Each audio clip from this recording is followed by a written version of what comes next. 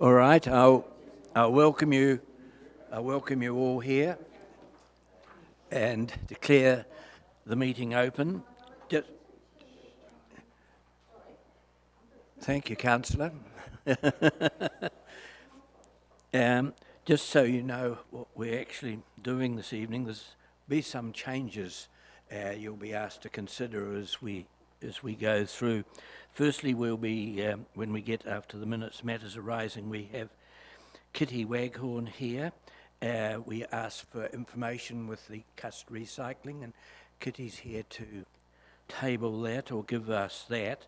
And when she's done that and you've asked questions of her, we'll move over straight to item 8A under correspondence, and we'll receive that officially there because it appears twice on the agenda. Kitty, you're up front, but it doesn't need to bother you, just so members know where we are going there. And then we'll go back to the normal, and we'll come back to part B of 8 later in the meeting. Also, we have 2 deputations tonight. We've got Matt Bacon talking about sitting back there, Matt to talk about the quarry, as we asked at the last meeting. And we've got Trevor Wright to talk about our landscape budget, and he's got some ideas. And I met with staff and Trevor at Milton Reserve the other day, so that's something for you to consider. It's quite a complicated issue, and we'll just deal with it when we get there. But just so you know that we are looking at other alternatives as well as the recommendation at this stage for you to consider and make a decision on. So again, welcome. Apologies. We have an apology from Kirsten. I'll move it be accepted. Duncan has seconded it. All those in favour, please say aye. Contrary, carried. Any conflicts of interest? Appear to be none.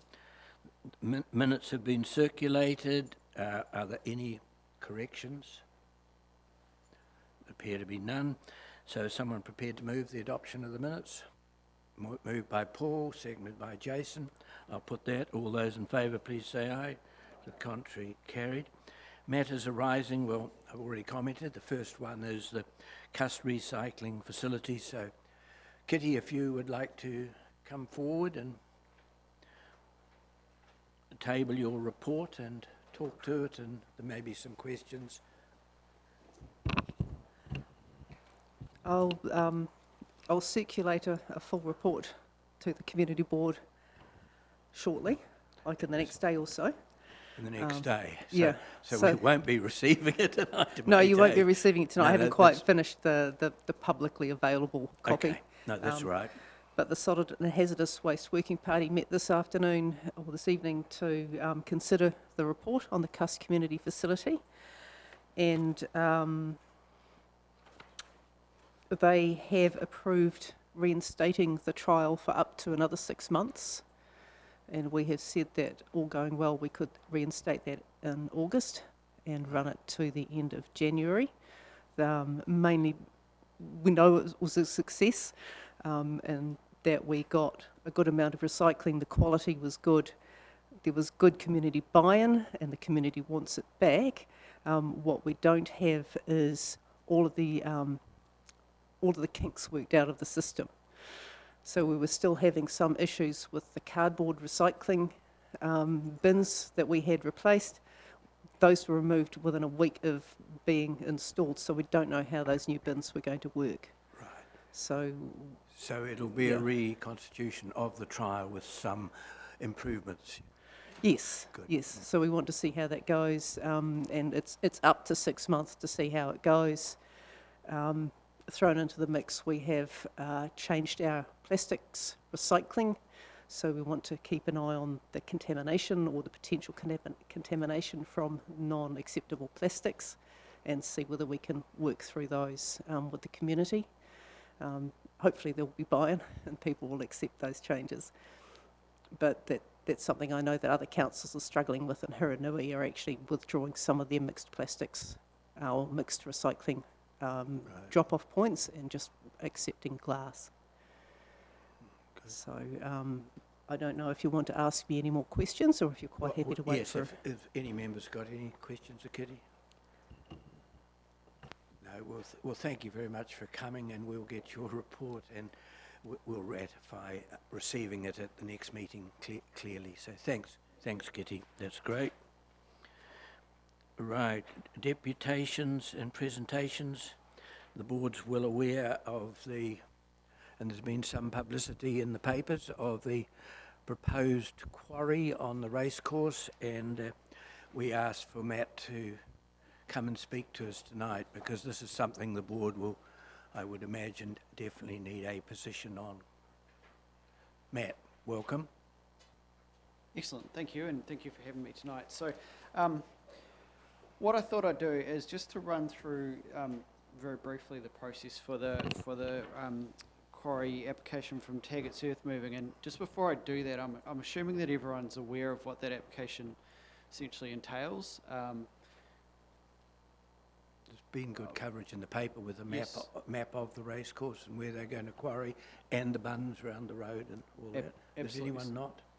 Monique?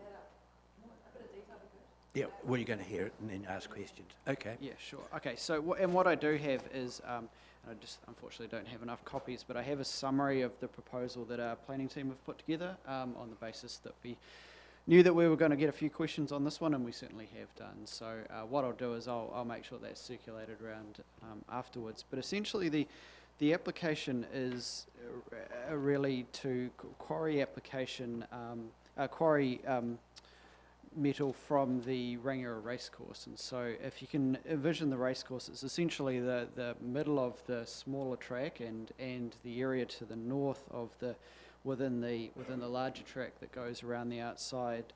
That quarrying is estimated to be between 600,000 cubic metres and 750,000 cubic metres of material. It's over a 15-year period within those areas, and so that works out to be on average 40 to 50,000 tonnes per annum. And essentially that material is intended to go to the Cones Road site that Taggart's have for processing from there. In terms of the details, so the proposed hours of operation are from 7 a.m. to 6 p.m. Monday to Friday, and 7 a.m. to 3 p.m. on Saturdays, and there's no works on Sundays or public holidays, and the works are sort of dependent on demand as well, so there'll be peaks and troughs of operations that's required. In terms of vehicle movements, carting is approximately 120 loads per day, so that probably gives a really brief summary of the application, and as I say, I'll send around a fuller summary as well. So we received the application on the 9th of April this year, and that came in obviously during the COVID time, and it was version 6 of the application, I believe. We sent it back a number of times for further information before we set up the application. We are using an external processor to process that consent, and that's partly around the fact that the majority of our staff actually live in or around Rangiora, so we just wanted to make sure that there weren't any perceived conflicts of interest there. And that planning officer is actually, so their remit is to make a recommendation back to the council on the notification of the application, and then to make the substantive decision on the application as well, depending on where the notification process goes. So we have sent the application back under what we call a Section 92 request, and that really means that we've sent it back for a number of pieces of further information. And that information request is actually fairly detailed. So we've asked for some more information on volumes of material, where the clean fill's coming and any rehabilitation that's being done, the nature of equipment that's going on site, some further detail on how the vehicle movements are broken down, some further detail on the hours of operation and just what the peaks and troughs actually mean in practice.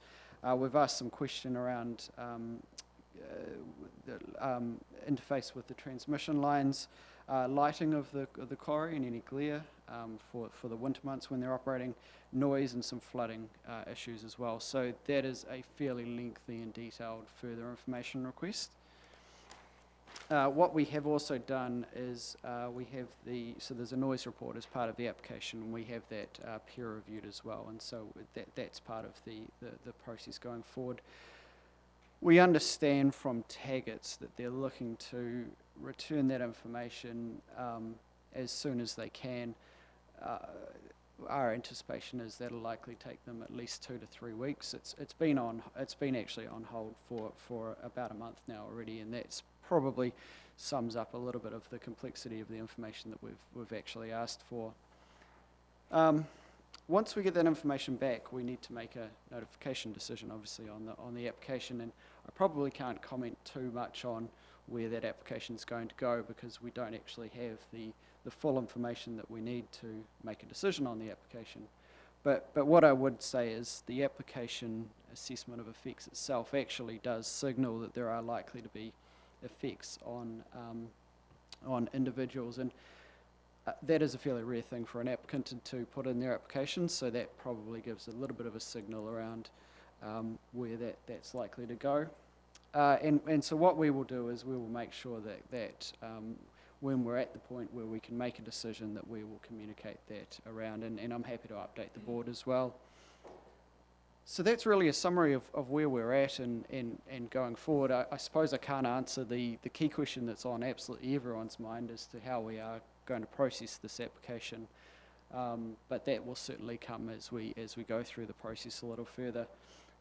Just the only other thing I'd probably add before I'm happy to take any questions is just to note we have had quite a lot of feedback, and that's not unexpected, to be honest. So we continue to receive sort of I call it informal feedback on that, and it's fair to say that it's fairly heavily weighted on the not wanting the quarry side of things. So.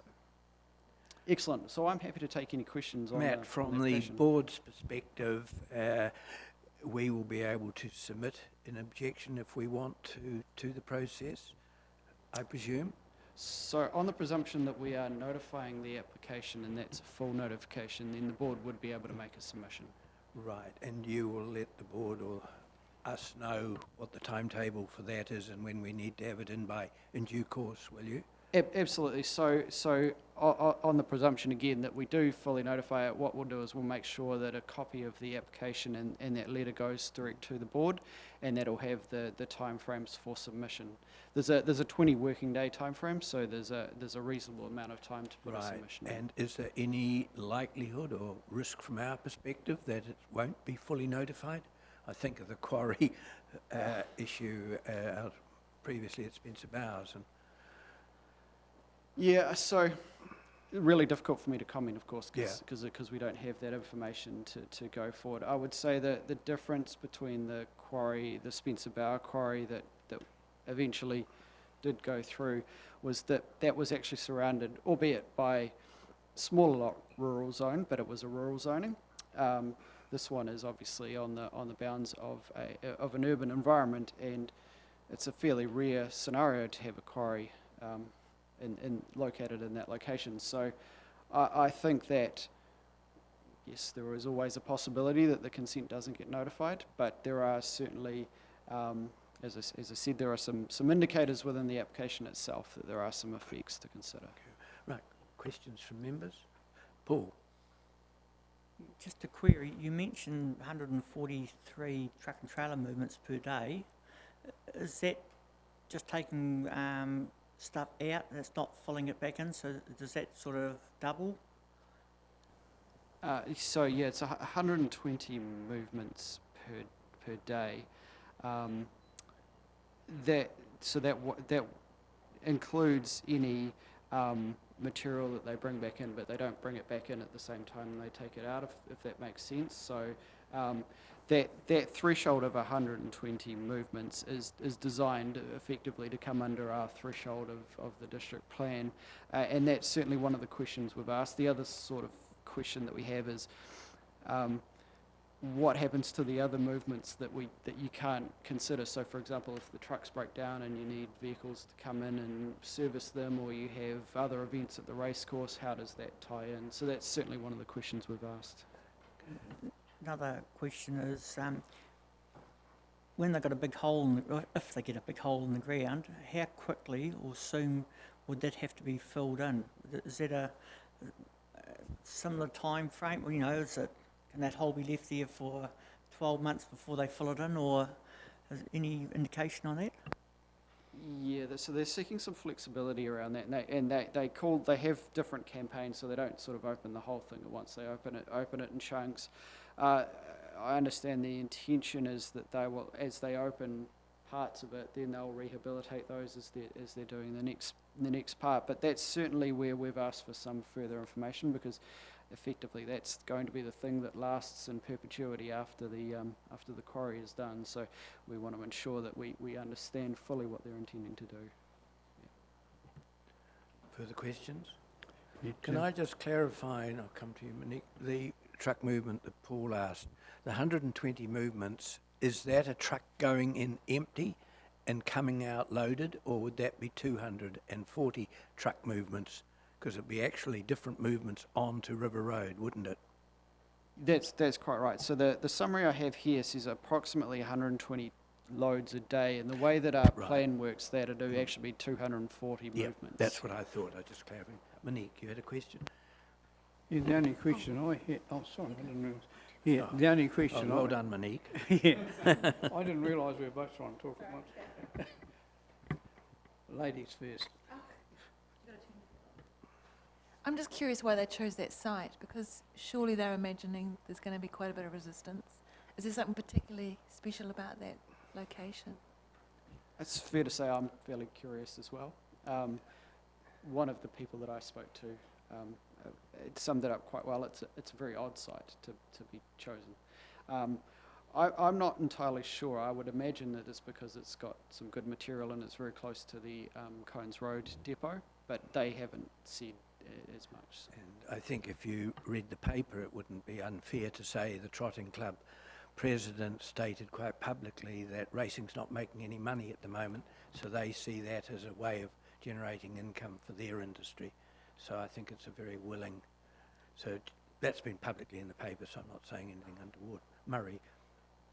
Just judging by the complaints about quarries in other districts, dust control would seem to be one of the major issues that we would have with local residents down there, and they would need to have some decent dewatering equipment installed, or spray equipment to cover the stockpiles. Correct, and one of the things I didn't say is that there's an ECAN consent as well going through at the same time, and we actually have the same processor working on both consents, and certainly dust and dust mitigation and silicates and all of those things will be live matters for both consents. Okay, any further? Morris. Matt, could it be a concern to the council that if this was approved and they started extracting shingle from the racecourse, that other outfits that are working in the Ashley River now may exit the river, as it will possibly be easier to get their shingle from other places in the river? And my concern there is that we actually need shingle taken out of the river to keep the river where it should be flowing. Yeah, it's a really good question. So in planning terms, that's what's termed a precedent effect. So if you get a consent for one activity, does that then follow that other activities that are similar should also be able to do that? And that is a live matter, and we cover that off with all consents.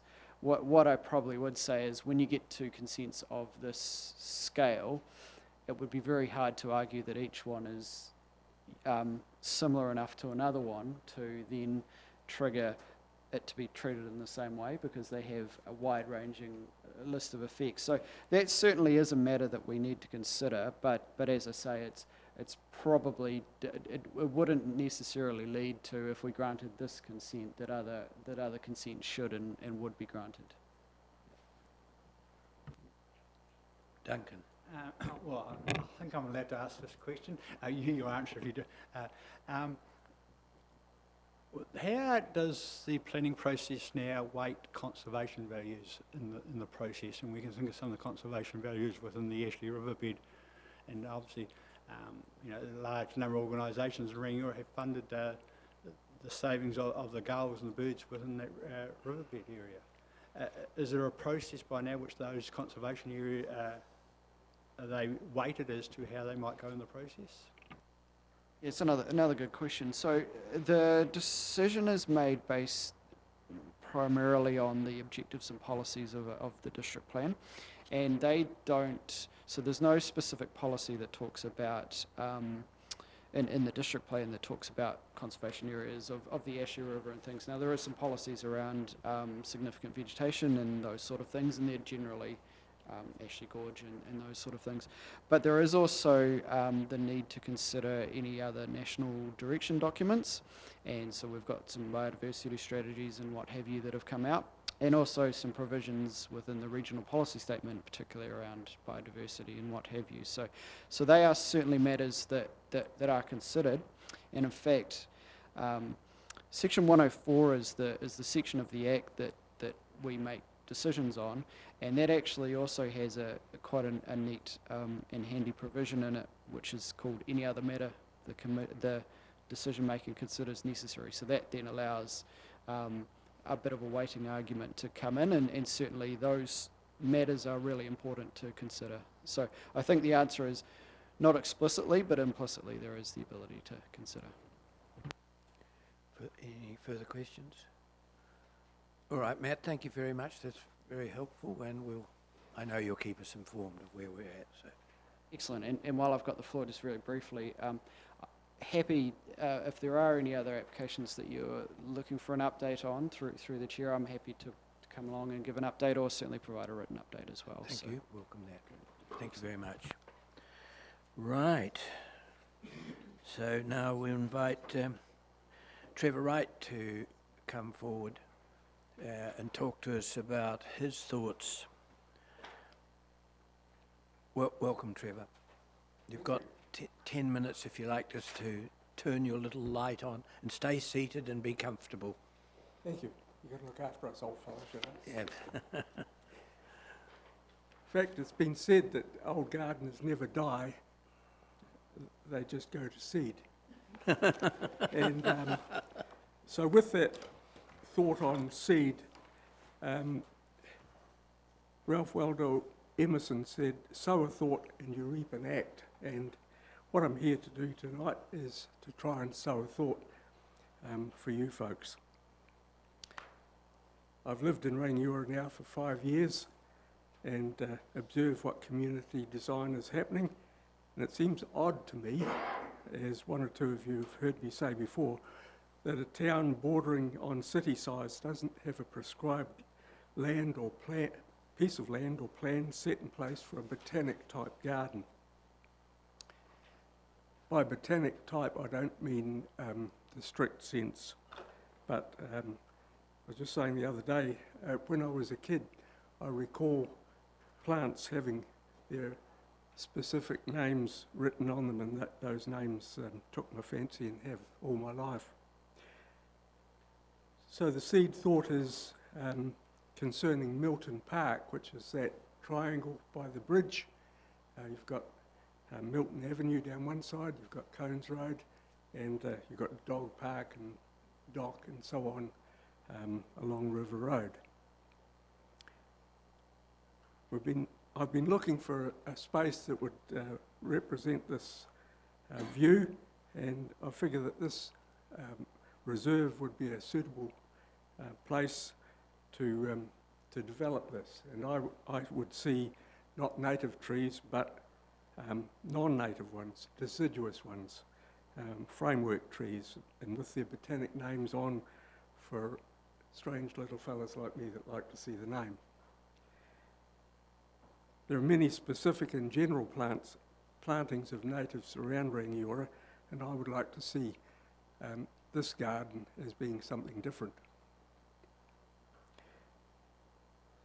The establishment of the trees would need some considerable care for the first few years till they became properly established. The Christchurch Botanic Gardens are coastal gardens, and they're totally different to what we have here, as I've discovered. We have hotter, drier summers, and as you may be aware, we have freezing cold nights in the winter. And so the planting choices would need to be different. Beautiful lawns are not part of the consideration. It was suggested that it might not even be called a botanic garden, but perhaps an arboretum or a park set aside in this style. There could be, though, potential for some experimental plantings, and when we lived in Dunedin, I managed a place called the New Crop Centre, and we had all sorts of plantings which we trialled, and then we had open days when we showed people what we had, and some of those plants were taken up commercially and added to the richness of the area.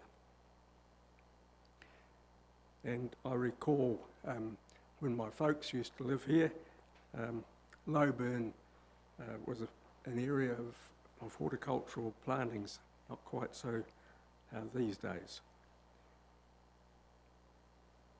The area, I reckon, is around about 7.5 hectares, which would take a fair number of plants.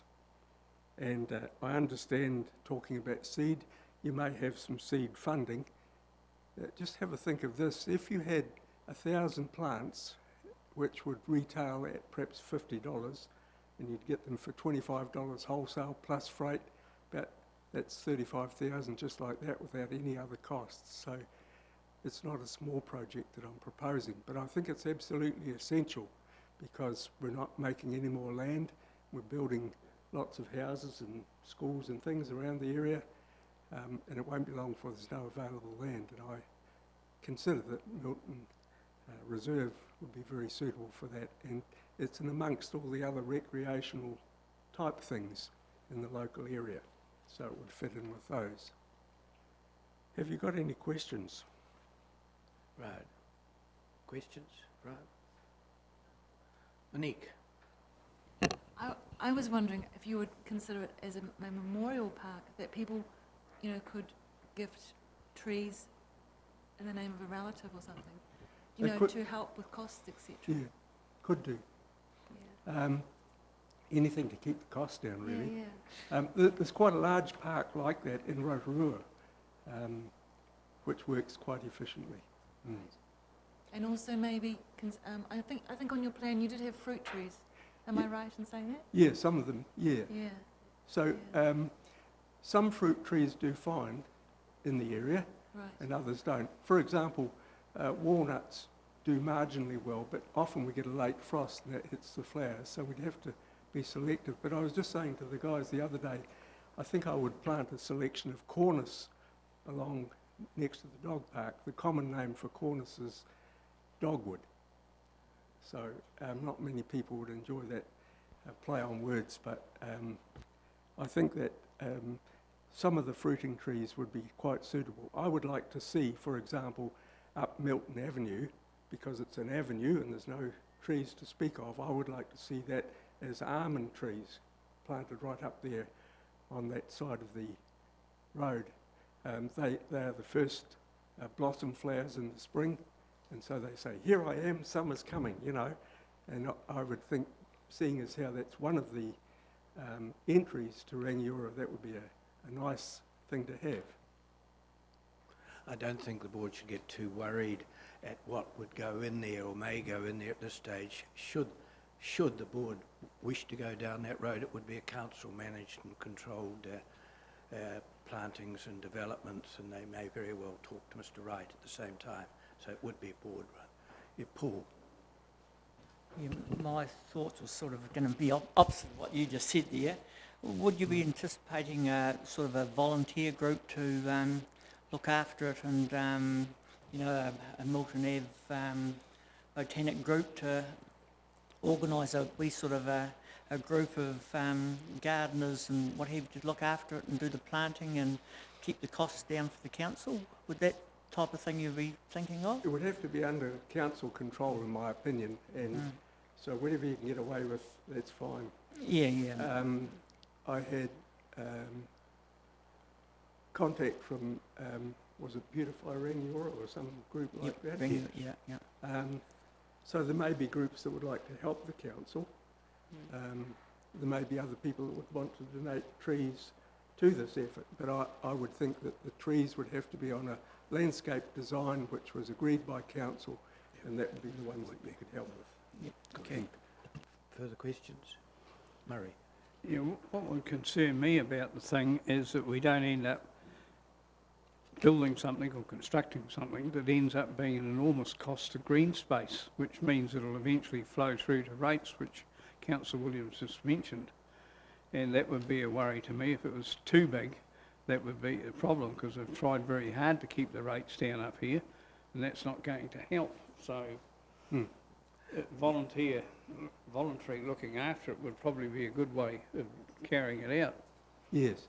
But eventually, knowing the way things work, a council department would take it over. Thanks. Right. Joan?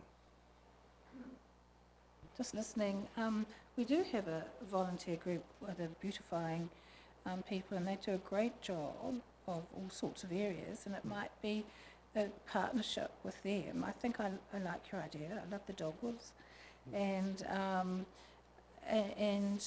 I think maybe it's a partnership might be nice with, and talk to those people and see if you can get something going with them, and you know, see if we can support you along the way.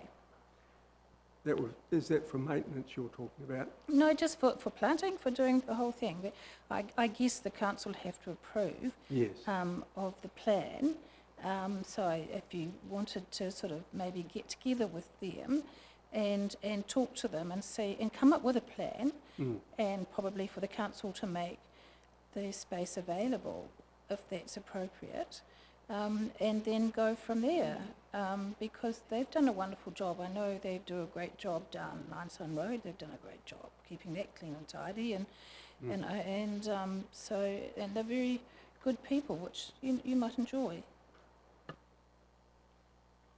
Thank you. Whatever the board considers later will always come back to the board for final plans, final approvals, costs and maintenance and other issues that would be discussed later. When we were on site with Grant McLeod and Grant Stevens. The other day, they both observed that the council had been contemplating this for some time and had some monies put aside, which of course have come out of the budget with cost savings for this coming year. But such costs as mowing, there would be no need, for example, to mow that to lawn standard. If you look just south of the dog park, you'll see it's just mown and looks very tidy, and so those sort of approaches could be quite feasible. Just an answer to the question raised. Other questions?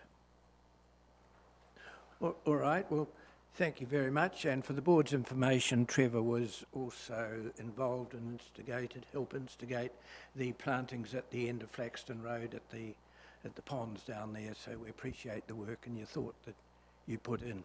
So thank you very much for coming along. Thank you. Thank you. You don't require me anymore? No. Okay. You can go, but we will be debating, if you want to stay, the general landscape budget, which this could be part of or may not be part of.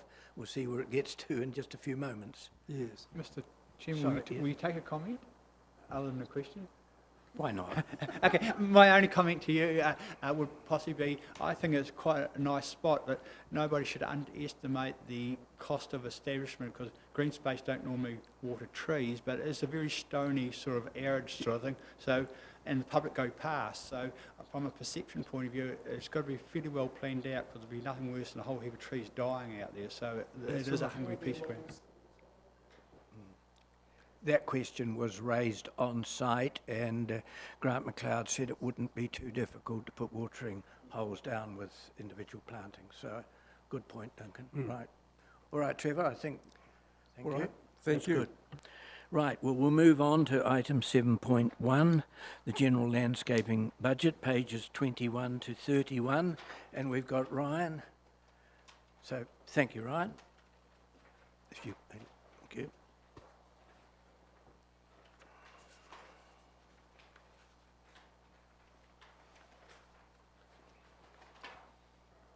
Thank you. So I'll just quickly introduce myself. I'm Ryan O'Loughlin. I'm part of the Green Space team.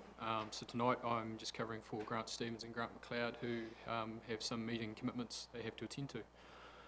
So this report is regarding the general landscaping budget. So following a workshop with the community board in December last year, Grant Stevens has gone away and prepared the following report around the 11 projects that were identified from that workshop. These projects have all been summarised on page 30, including the costs and the staff recommendations there. The current budget available to the board is $56,061. However, it's noted there that in a previous meeting the board has made a verbal commitment of $7,500 to complete the Rangiora town entrance on Lineside Road. This would mean that the board has $48,561 yet to be allocated within this financial year. This report provides the board with information regarding the costs, opportunities and implications of each of the projects and recommends allocation towards 4 of the 11 projects, with the rest staying on the list as potential future projects. And as the Chair has mentioned, the board may want to consider the deputation just previously as part of these consideration of the budget. So happy to take any questions on this report. Right, can you tell me, I started off, how one set of rugby posts could cost $4,000? 2 posts, a crossbar and a hockey net behind, $4,000? I just don't understand it. Is that the installation as well? Well, it's not hard to dig a hole and stick them in. I'm asking the question, I don't know the answer. I wouldn't know the exact cost of that, but I know Grant Stevens would have based that on previous costs that we've used in the past. I know there was a set of posts put in at the Pines Beach Oval, which was a single set of posts, which, as the comment is, I think it would include the installation cost as well as shipping of the piece of equipment. Okay.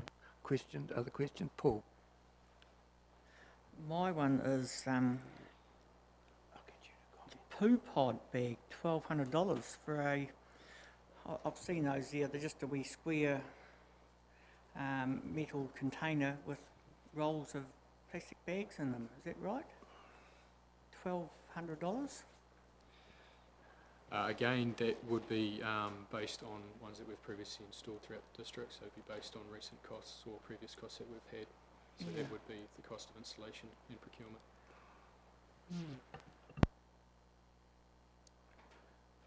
Monique?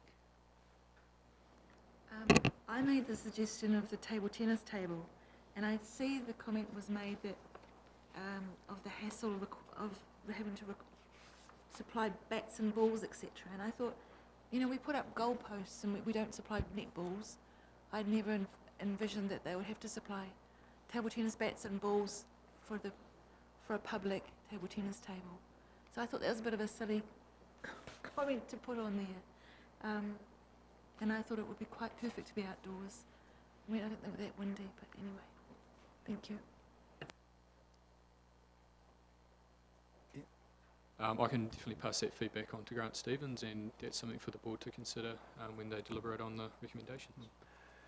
Could you, in light of the presentation we just had from Mr. Wright, could you inform us what work has been done on Milton area? I know from meeting the other day that the Council Green Space has been considering that option for some time, and I understand you have some budgets in the years ahead to do it, but could you explain what the proposal may be there or may not be there, so we know before we get on? And the second part of that question, why haven't we been told or consulted on that? So my understanding in regards to Milton is that a development of the master plan, or the implementation of that master plan, will be going forward with the budget allocation. So in the 2021 financial year, there is $31,760. In 21-22, there is $75,550, and in 23-24, there is $25,550 available. So in terms of the implementation of that, it would depend on the overall master plan and how that works in with that over the years. But the first 31,000's come out, has it not? That's in this current financial year. Was it taken out for your budget reductions, I understand, from No, start?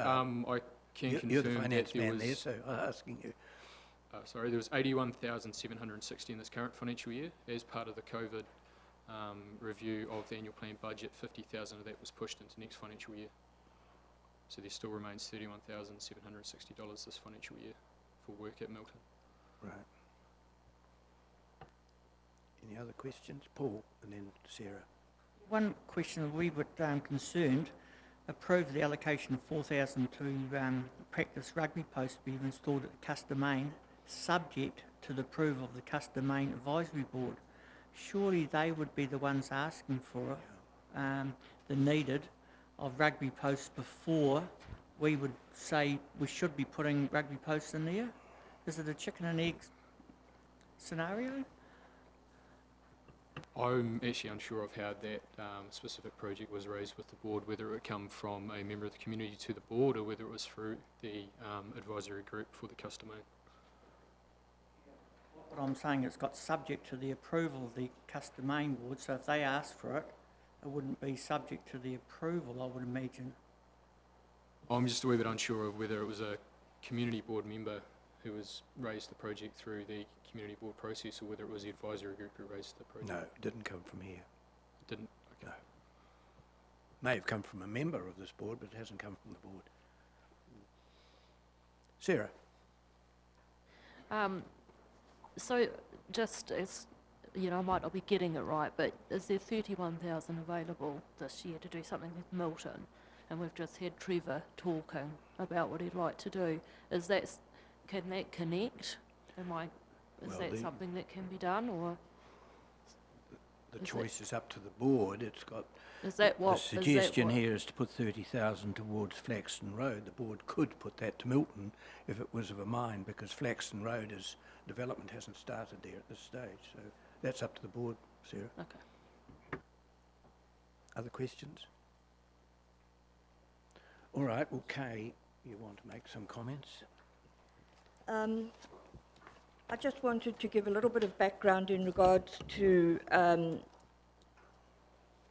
the entrance of Rangiora projects that were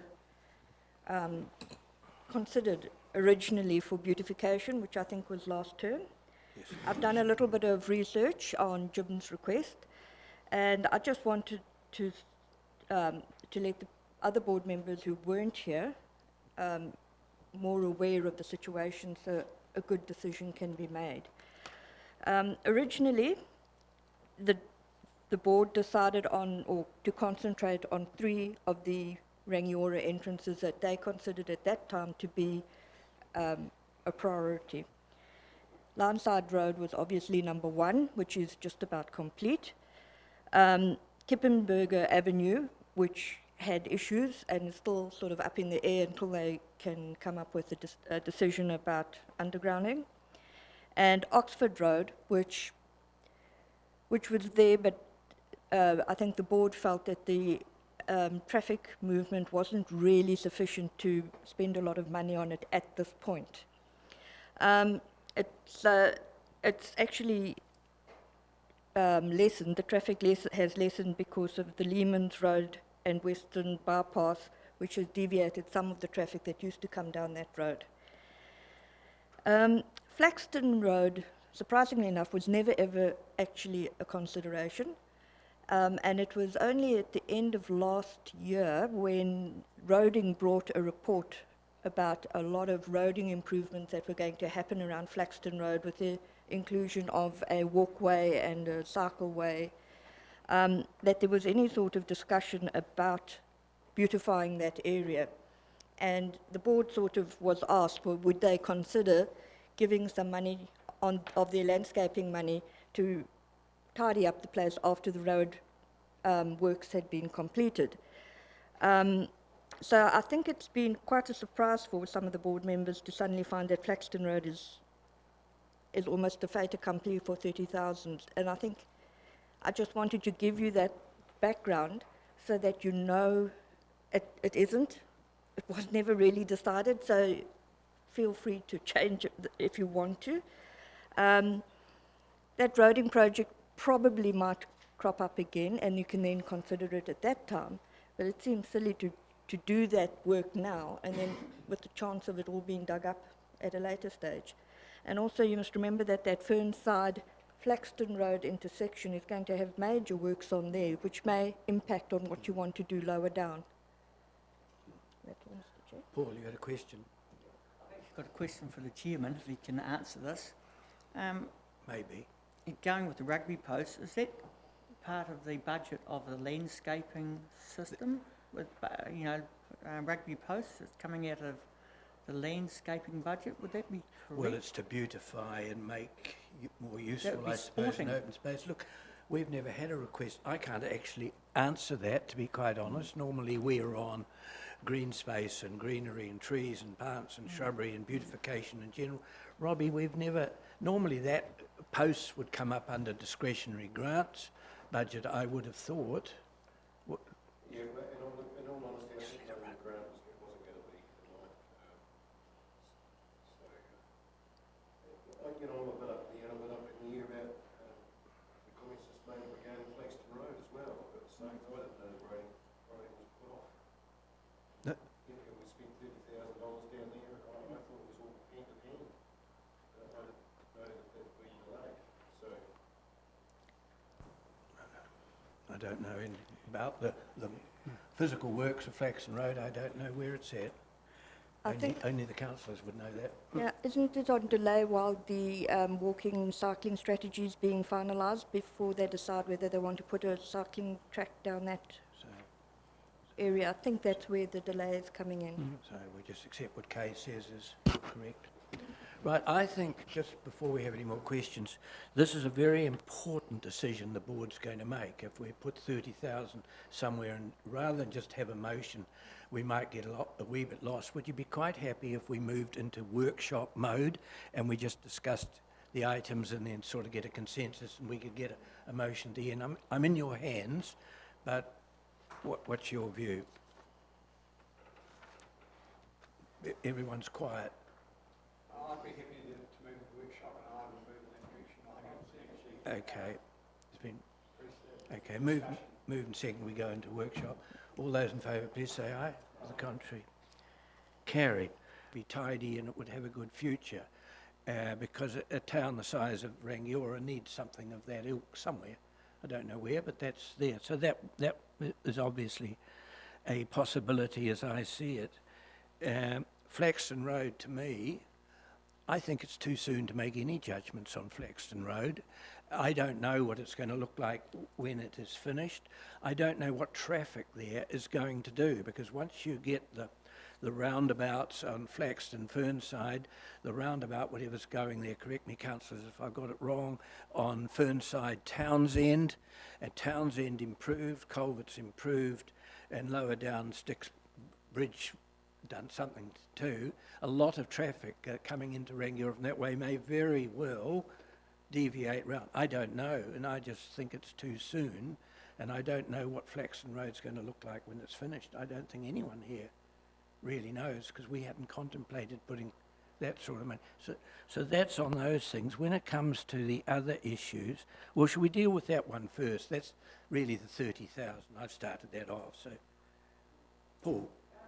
Flaxton Road, that's news to me that it's not being going as well, and on the portfolio of roading, so I have not heard that it's not going ahead.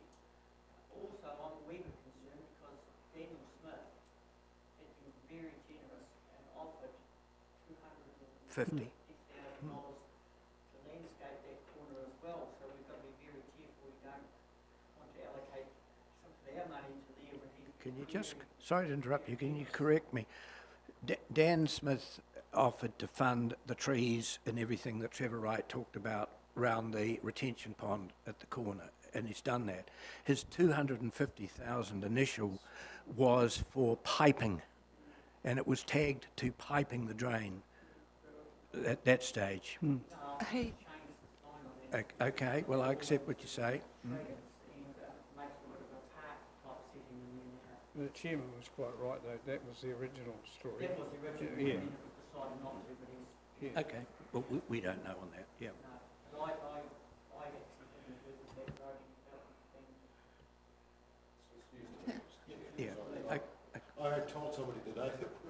do up that rough piece of road.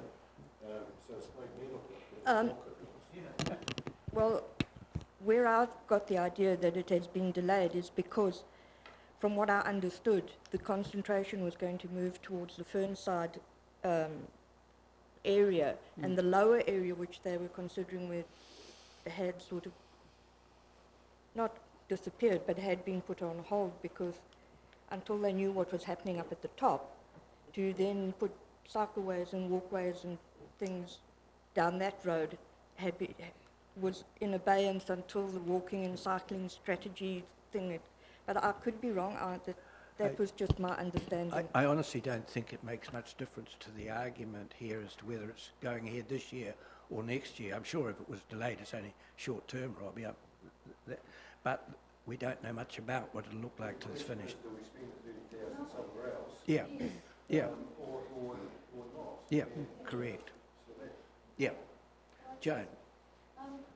Yes, I think there's too much happening at Fernside, Flaxton Road. We're doing a roundabout down there. There's a lot to happen and a lot of disruption to happen, and it would be my personal view that we delay spending any money there until there's more surety. And if we've got 30,000, we might be better to put it elsewhere in the meantime until we know exactly what's happening. And Kay's right, there is a new group of cycling, walking, and there's been someone who's submitted to the council from Ahoka that wants a cycleway from Ahoka through into Rangiora, and I guess that's what, I'm not involved in that, but I guess that's in the pipeline as well. So I think, and I know that I wasn't at the meeting, but Paul was at the meeting where there was one of the lady from North Canterbury News, Shelley Top. Had a meeting, asked me to go, and I couldn't go. She wants to do in that area down there, she wants to create a garden, or some sort of garden. Yes, botanic gardens there, and apparently Daniel Smith was supporting that. But I think that's too early to sort of start doing that, because that area is going to be impounded a little bit and straightened up a little bit to facilitate the roundabout, which is going to happen at Dan Smith's, coming off Fernside Road onto Flaxton Road. So if you ask my opinion, I think we're better to delay anything there until that's all done and put that money elsewhere. Just on that, Paul and I were at the meeting with Trevor Wright and Top and Dan Smith, and it was agreed there that to do the top and Dan was going to pay for the trees. So that's going ahead at any rate. I don't know where it's at, but that part is happening regardless of anything else. That was my understanding, Paul? Yep. Okay, so that's happening, Joan. It's not on hold. We'll let that happen Yeah. and spend the money elsewhere. Yeah, well, that's happening on its own, yeah. Right. Which?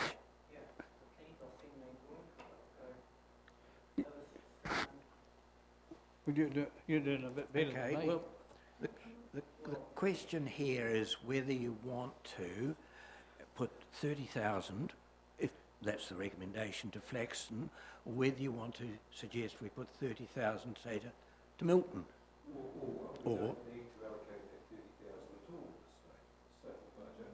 yeah, that's true. I'd agree with Yep, you, Liz. Robbie. Sorry, Mr Chair, I'm just wondering if it would help the board to get some, because there seems to be a lot of confusion around all different parts of the project. If, bringing back some staff information to get clarity, which could be circulated in the next couple of days, to assist with the decision-making process rather than making a decision on Right. some confusion. Well, That is I think that's good. And picking up Robbie's point, would we be wise to set aside the 30,000, have Grant McLeod come to the next meeting and talk about the options on that 30,000?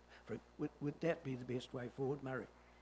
Yeah, well, Mr Chairman, I've been indulging in an email battle with Rosie, trying to get a plan for the roundabout at that particular intersection, because I thought if I could have got a plan and brought it to the meeting, we might have had something to talk about that was actually concrete.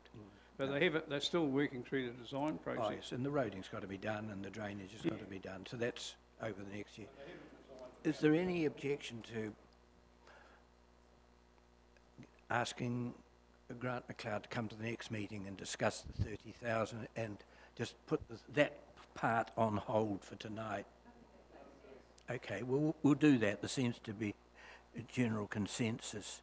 So, Back into a meeting? no, we're just going to deal with the others, the other points, and then have a motion that picks them up. So you've got... Sorry, Robbie, you what?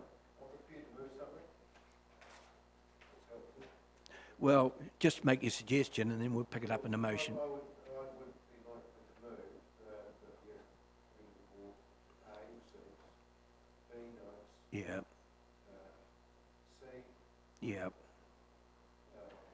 We've already committed to that. we committed to that, D's notes, E approves. Okay, I wouldn't, because I'm just a little bit confused about the rugby post, so I'd take F out, I would take G out, H stays in, and I stay. all right. So is there any disagreement with that by and large? What Robbie's recommending there is we approve put the 30,000 on hold for the next meeting and get a report back. E approve 6,000 for the car park and cust. Reject the 4,000 for the rugby posts. There's the 30,000. The Flaxton Road entrance. You suggested that came right out. I wasn't going to move that statement. No, okay, and Robbie moves it, H goes out, and were you, sorry, was it approved the 1,200 for the poop or not? Well, Okay, improves. Is there any general disagreement with that? Don't want to debate it, I just wonder if there's general agreement, well, Robbie will move that forward. I'm just concerned whether the poo bag is actually in landscaping budget as well. That should be a different budget. No, absolutely right. It is in a reserve. Yeah, I know that, but it's still a different budget. It should come out of... I think it's in a reserve. No, it's reserves, I think that's quite clear, isn't it? No, Ryan acknowledges it's in the right budget. Yeah, it's a poo of a topic. All right, well, I think we've workshopped it enough. Oh, sorry. Can I just check, is that the, We haven't got the motion. 30,000? Yeah, We just clarify it coming up now. So were you approving or the 4,000? it's going. What Robbie is moving, correct me if I'm wrong, Robbie, and it's not signed yet. One, receive the report. B, notes. C, approves the verb. C, approves that. D, notes. E, approves 6,000. F, no. it's just not there. It's gone. F's gone. So approves the allocation of $30,000 lying on the table to... yeah, but we've got to deal with it. We need to seek a report on it from Green Space. Otherwise, we've got 30,000 nowhere, doing nothing. Okay, you don't want a report on it? On Milton? Okay, so leave out the 30,000 and approves the allocation of 1,200 for a poo pod. So you clear on that? Have we seconded for that? Seconded by Joan. Right, Robbie, open for debate. So just speaking to Sorry. Yep. Oh, correct. And Andy seconds it. I'll put that. All those meeting resumed. You, Carrie. He's not just a pretty face.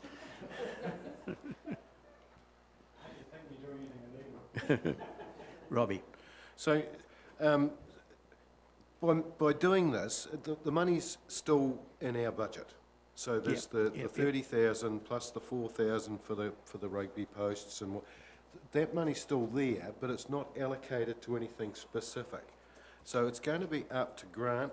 We've had a deputation tonight, and it's the first I had heard of this proposal as Green Space portfolio owner. I wasn't aware of it. And, you know, it sounds exciting, it sounds great, and it might be something that the board might want to consider, subject to a staff report at a future time. And we've got that $30-something thousand sitting in there if that's what we choose to do. But I'm also very confused over Flaxton Road, because I understood that that roading project was going to go ahead. Now, what I can't 100% guarantee was that it wasn't put off because of COVID, and so I can't completely, but I know that project hasn't disappeared. And if we spend the money, how much is council going to allocate to us? Because next year's LTP is going to be tough yards for this council. How much is going to be allocated back into the landscape budget? That's the worry I've got. If we decide to put 30,000 towards Milton Reserve tonight or some other project, all of a sudden we're cutting our ability to do something really constructive in the future. So, in summary, the money is still there, it's still in our budget, it's just we're not allocating it tonight, and the same applies with the rugby posts. I do know that the Pines Karaki, they really wanted some rugby posts up there, so I know that's reasonably recent, so the 4,000 will be relevant. But I can't recall where from the CUS community the demand came for the rugby posts there. I'm not saying it didn't happen, I just can't remember it off the cuff at the moment. So that's why I've suggested that come out as well, and we can get a little bit more information for a future meeting. There's no, other than what we've already committed to, and there's a couple of things in here we have, we're not in a rush, so let's not. That's great. Joan. I totally concur with Robbie and, yep, support exactly what he says. Thank you. Monique. I know Daniel Smith has also allocated money to keep Rangiora beautiful, to put plantings around in that Flaxton Road area too, so there's quite a bit of money flowing that way. Well, in the report, Keep Rangiora Beautiful comment they don't need money at the moment. It's in the report here. Well, they said in a meeting last month or this month that they're receiving money from Daniel Smith. Yeah, well, that's he was with them down there, the planting. That's correct. Yeah, yeah. He was paying for that. That'll be right. Yep. Yeah. Other speakers? Well, I'll just make. Do you want Duncan? I'm very supportive of the motion. I think, especially number E, for example, shows us an opportunity to support the overhaul of the CUS Community Centre area. I think it's quite appropriate that we are a party to rounding off a project as against perhaps starting one. I think it just puts a nice polish on the whole reserve. I'm fully supportive of that. Thank you. Well, I certainly support Robbie's motion. I agree with what he said. It's unclear exactly what the options are at the moment as we sit here tonight. I was privileged to, and I knew nothing about Milton until Monday when I went with staff to meet with Mr. Wright. And of course, if he had his way or we agreed to it, he wouldn't be doing it. The council would be doing it. The board would be making decisions and things like that. But it is quite an exciting project, and I was surprised when Grant McLeod told me that the council were already considering it. There was money put aside in the budgets. Or you commented, Ryan, was 80,000 or something, but 30's coming out this coming year. So if the board wanted to put their 30 in, it would be help get it forward or going, and that was his comments to me. Now, I don't know how accurate that is, and this space and keeping this money back gives us a chance to have Grant before us, talk about the issues, what's happening, get clarity on Flaxton Road and the other things. So I think that's a wise decision the board's making, personally. Anyone else? Paul? Yeah, I agree with Robbie's scenario there. I think it's wise to keep it aside, just for a rainy day, because we may need it for a rainy day, and and everything else is good. Anyone else? Robbie, there's nothing to reply to. All right, I'll put that. All those in favour, please say aye. Contrary, carried. Item. Thanks, Ryan. That's good. Yeah. Item 7.2, we verbally indicated at the last meeting, do you remember the Lions presented to us, and you gave a verbal indication you were supportive of this, so this is to ratify that. Any questions of Ryan on this? Paul? You're what? Oh, moved by Paul, it was seconded by Joan. Do you wish to speak to it? Anyone? All right. I think we had good discussion last time, Yep, we and I think thoroughly approve of what's happening there. Good, thank you, Joan. I'll put that. All those in favour, please say aye. Contrary carried. Item 7.3, this is down to earth subject here, pages 39 to 41. Who's dealing? Marie? Oh, that's nice. Cemetery strategy development. Thank you.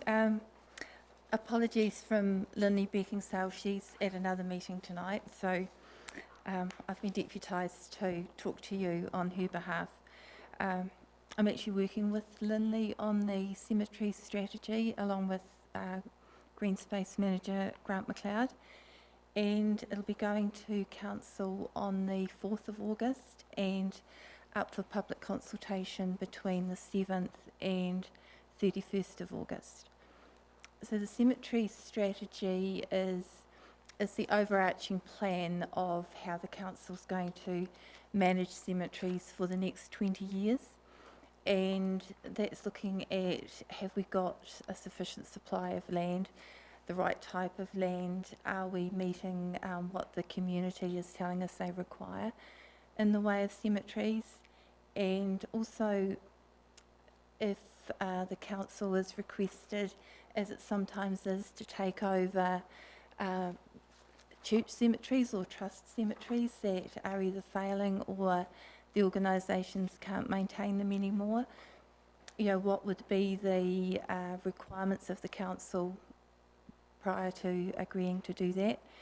And the other part of the strategy is just creating an, I guess, increased awareness on you know, that the public they know what the cemeteries are providing and what the rules and the operational requirements around them are.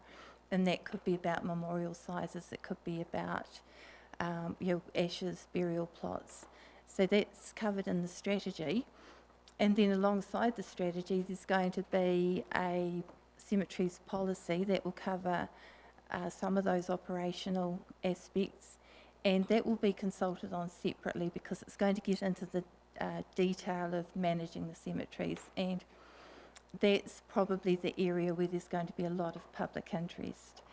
You know, we're catering for the increasing diversity and cultures in the district. Are we providing facilities, you know, that people are wanting? You know, are there other aspects that the community is asking for? So the policy is going to be the more day-to-day operational parts of that work. Any questions? Right. Questions of Marie? You've convinced everybody, obviously. Well, the document will be out early next month, so and we believe it is something that there is a lot of public interest in. Paul? A question probably Marie won't be able to answer it. This Sefton Cemetery Reserve, has that been passed now and gone through the ECAN process of whether we're allowed one there or not? There's a cemetery reserve at Sefton, and then the council is also considering another block of land, but that is still under the water table trials, I guess is the way of putting it. Just yeah, so that's still ongoing. Duncan, do you have a question? No. Okay. All right. Any other questions? We have a recommendation. Someone prepared to move it? You're very moving-minded tonight, Paul. Moved by Paul, seconded by Jason. Do you wish to speak to it? I'll put that. All those in favour, please say aye. Contrary carried. Item 7.4, the discretionary grant, pages 42 to 51. Kay.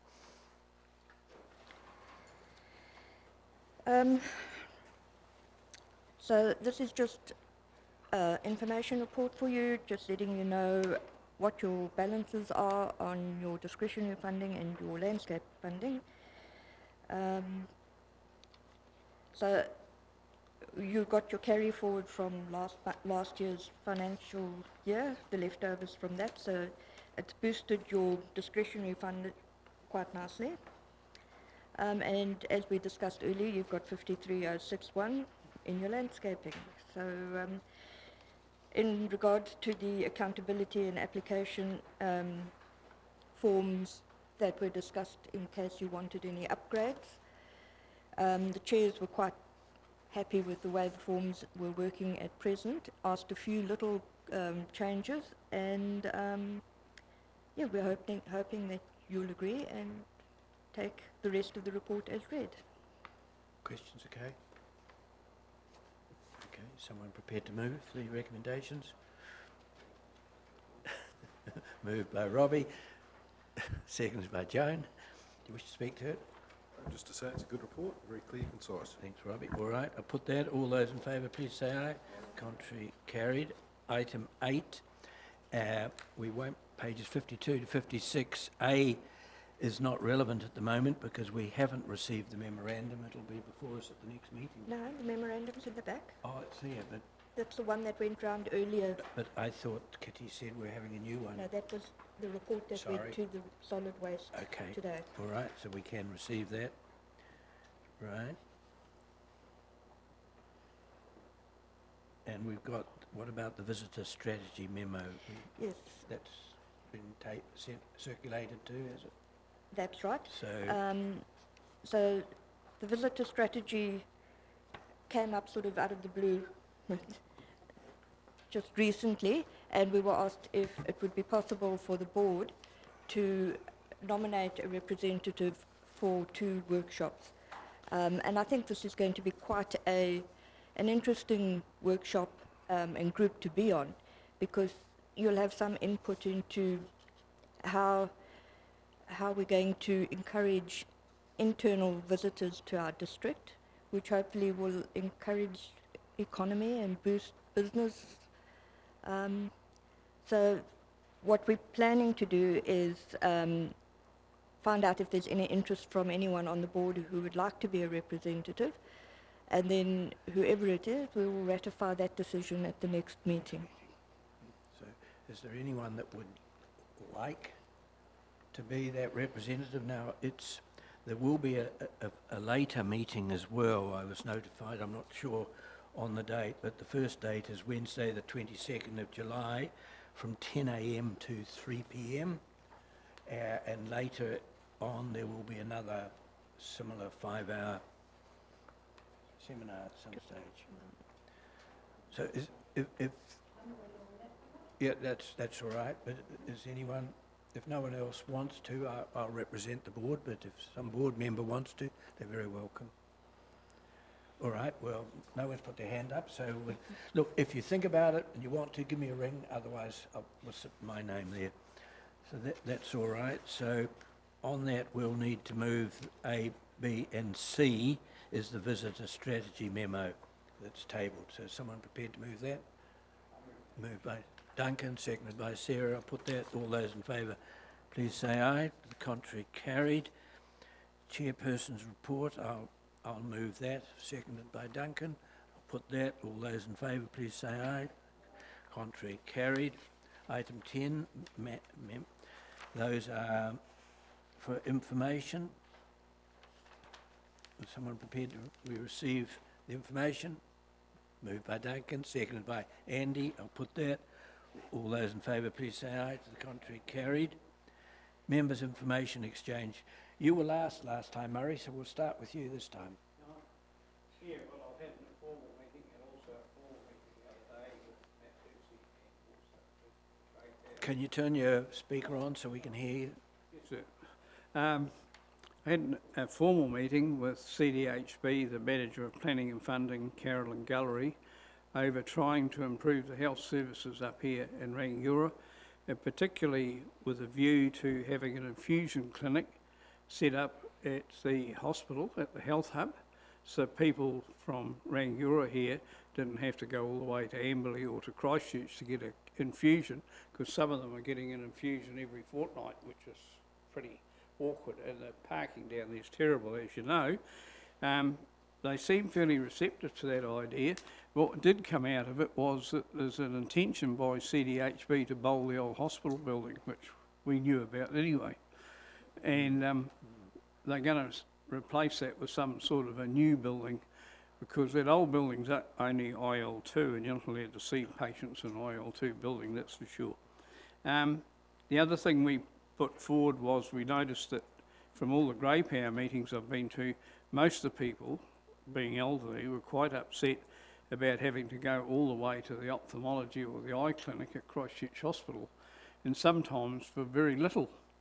So I found out by talking to Rangiora Eye Care that they had most of the equipment there that they had at Christchurch Hospital anyway, and they were already doing some funded work, but not all of it.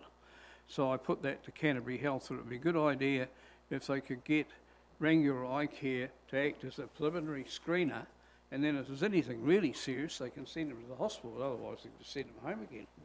And that means we wouldn't have to send these people to hospital all the time. We wouldn't have all these hassles over transport and God knows what.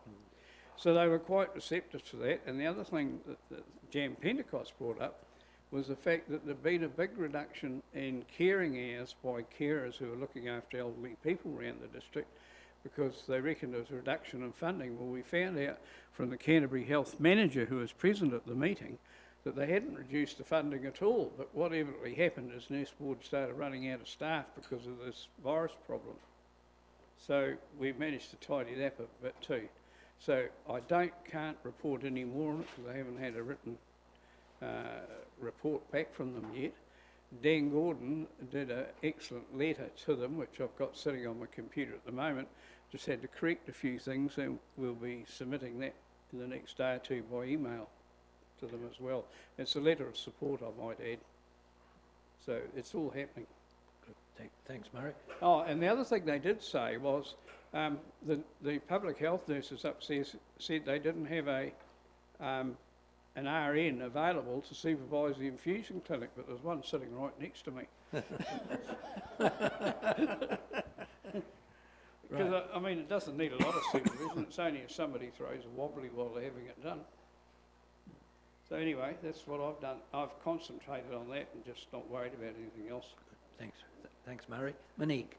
Murray, can you turn yours off, please? Well done, Monique. Probably not really much. I mean, I'm involved with Time Bank, Keep Bringing You Beautiful, etc. But nothing really of great note. Sorry. That's fine. Jason. So last Friday we had the Rangiora Fire Brigade's AGM, which had all of our interesting call-outs for the year, which involved some comical turnouts. I can't remember many of note, but cats up trees in the middle of the night was one of them. And then on the 18th of June, I attended the neighbourhood support meeting. It sounds like they're making some pretty good headway after the COVID, with communities reaching out to connect with one another. And they're looking to some exciting new campaigns in the Canterbury region. So, yeah. Thanks, Jason. Robbie. Thank you. So there's been the usual council and standing committee meetings, but what I wanted to particularly focus on, take the opportunity to focus on just now, is something that Morris quite rightly raised at our last meeting, and that's with regard to some recycling issues. And I made the comment to Morris that Christchurch had thrown us under a bus during COVID, and quite frankly Christchurch had, through their communication strategy, by telling people that they could put general waste into their yellow bins, and that, you know, there was no way that we wanted to endorse that, because immediately you're breaking habits that have been built up for years, and people are putting stuff in the yellow bins that they quite frankly shouldn't have been doing. But we couldn't go against it, and of course when we got asked the question here, can our residents also put general waste in the yellow bins? Well, yes you can, because it's all going to Cape Valley, which is the comment I made when we had the presentation from Cust at the last meeting. Everything was going to Cape Valley because Eco Central had closed their doors due to lockdown. So putting aside the issue of Cust, with regard to Eco Central, they are not going to accept anything that they cannot get rid of, and contamination levels, and you've seen the articles in the paper, are incredibly high, and as a consequence, a heck of a lot of rubbish is, of recycling is being sent because of contamination to Cape Valley. So today's Solid and Hazardous Waste Working Party, some fair bit of it was in committee, and Kitty's mentioned that she's going through some of that stuff before she can bring back a comprehensive report. We obviously dealt with the cust issue. You've heard the result of that. But also, the big focus of the meeting was the way forward with regard to recycling. A comprehensive report will be coming to the board. The committee agreed that yes, we need to spend some money on this issue. It won't be out of the ratepayer's pocket, it'll be out of the levy account. This will involve some serious communications and we need a comprehensive communication strategy. Hopefully that's going to come together in the next 2 to 3 weeks. I know that seems a long time, but we're going to hit this pretty hard with the potential that if we're going to get auditors out from Christchurch. There's already auditors working for the Christchurch City Council. They're going to be checking people's yellow bins, and we're pushing for 3 strikes and you're out. If you don't put in your yellow bin what you should be putting in your yellow bin, you're jiggering it up for everybody. You're making it more expensive for everybody. If you can't get it right, we're not going to give you a yellow bin. So that's as far as, we're a very serious meeting this afternoon. This is a very serious issue, which is why I wanted to take this opportunity to give you a heads up on hopefully there's going to be a good report for the next community board meeting. Good. Thanks, Robbie. Morris. All I've got to report is I attended the annual general meeting of the Rangiora Museum, and it was well attended by museum members. Unfortunately, they're sort of quite an aged group. I would have been the youngest here until Dan turned up. That made me not the youngest. But no, it was a good meeting, and they're a very committed group of people that are trying extremely hard to keep that Rangiora Museum there and things on display. And it's a great asset to the Waimakariri, the Rangiora Museum. Do you think it's at risk without enough volunteers, Morris, or is it all right as you left the meeting? I think in probably 5 years' time it could be at major risk, really. It's a shame that during one of our council tours we went to the one at Kaiapoi, the Kaiapoi Council Centre there, and they had their museum included in that, which I thought was actually magnificent. Yeah. It was really nice. It was very accessible to people. If we could only bring the Rangiora Museum to part of High Street, it would make a huge difference for everyone, I would think. Yeah. Agree with that. Thank you. Right, we'll start here. Duncan. So next training is about to commence next week. We'll be doing action.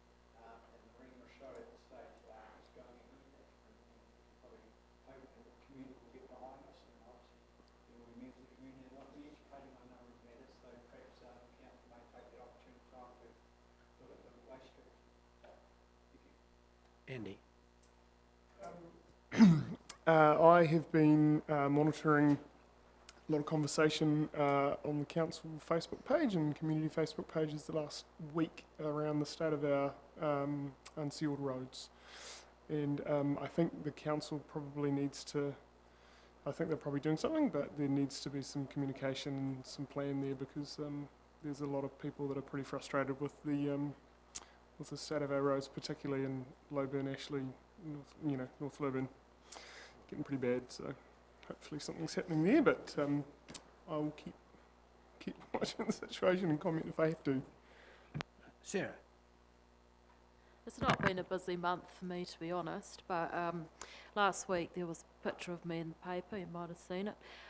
Shelley Top wanted to sort of make known the walking and cycling steering group is coming together, and I guess because I run a cycling and walking group, that I have added value to be able to actually speak to people and get their thoughts and opinions.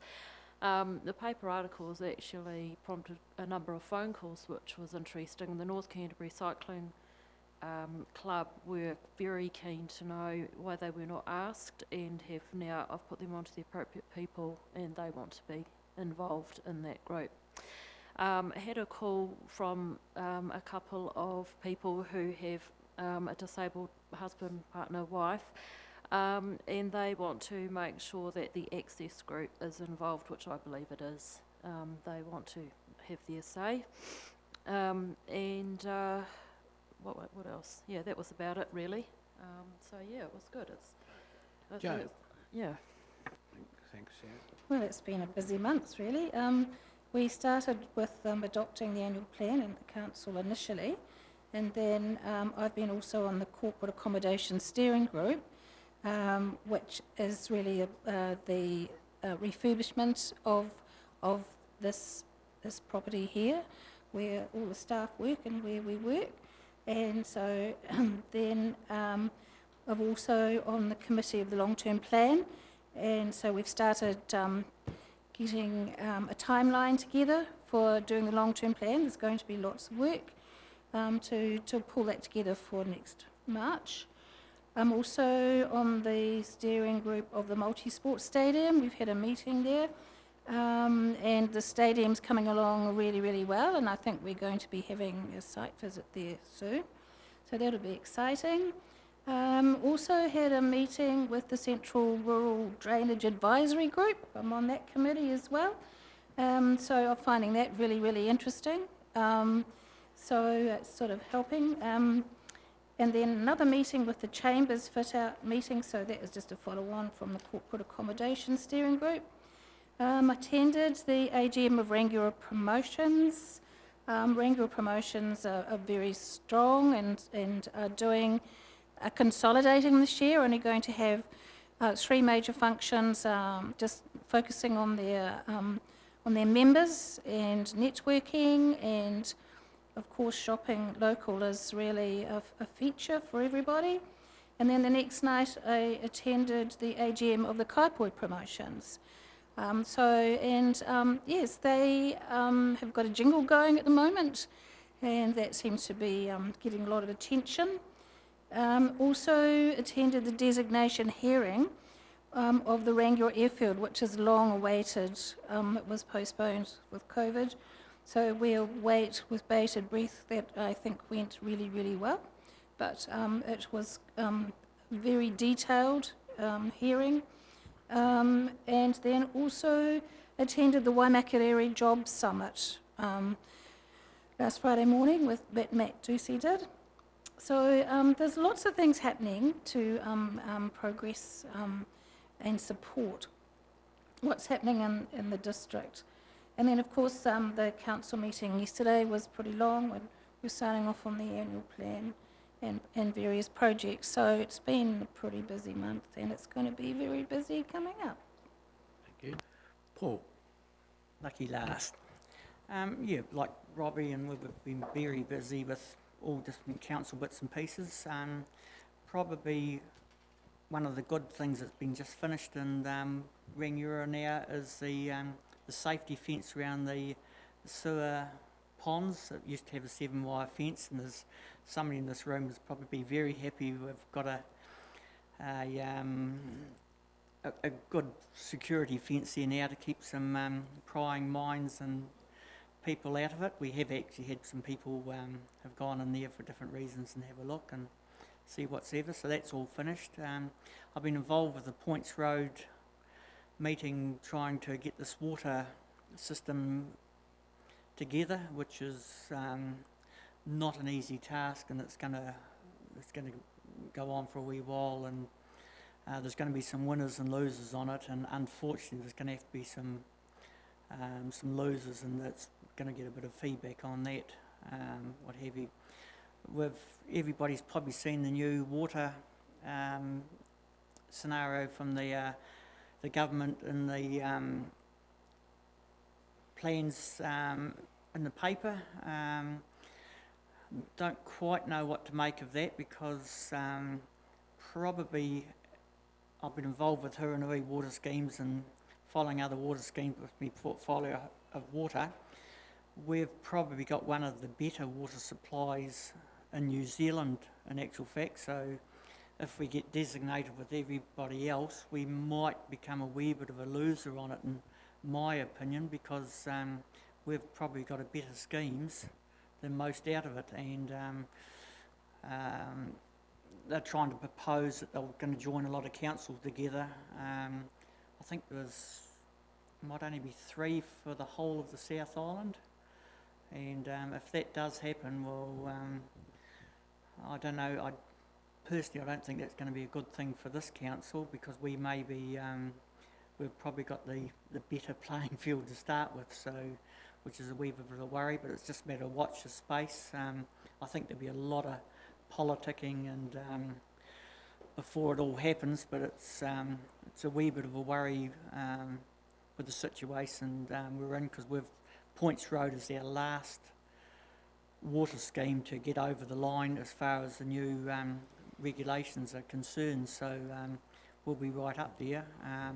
Saying that, they've already instigated on the council now a wee bit of a higher playing field, which was passed the last Tuesday's council meeting, so and it's just a paperwork and some more checking on safety factors for the water scheme, so yeah, that's just a matter of watch the space with our water, and it also includes the sewage, which involves the ocean outfall and all that drama with this government scheme, so it's a watch the space really and see what happens.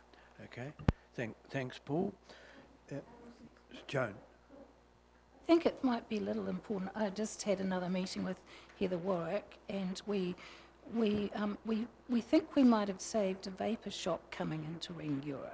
Well, I hope you have. Yes, and just in confidence in this room, we went over to see